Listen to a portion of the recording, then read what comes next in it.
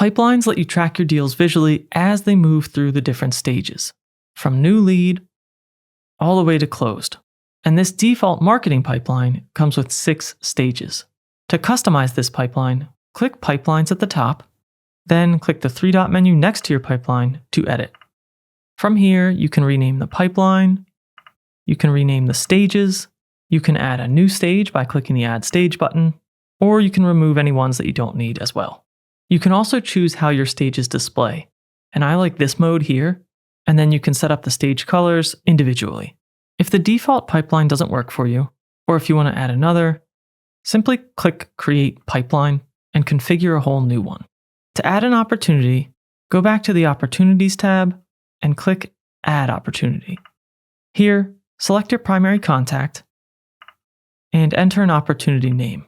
Select your pipeline stage, add an opportunity value, update any other fields you would like, and then click Create.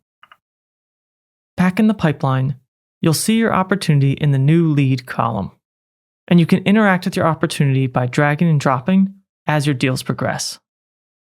And if you click and hold on to a card and drag it, you can categorize the opportunity as won, abandoned, or lost down at the bottom.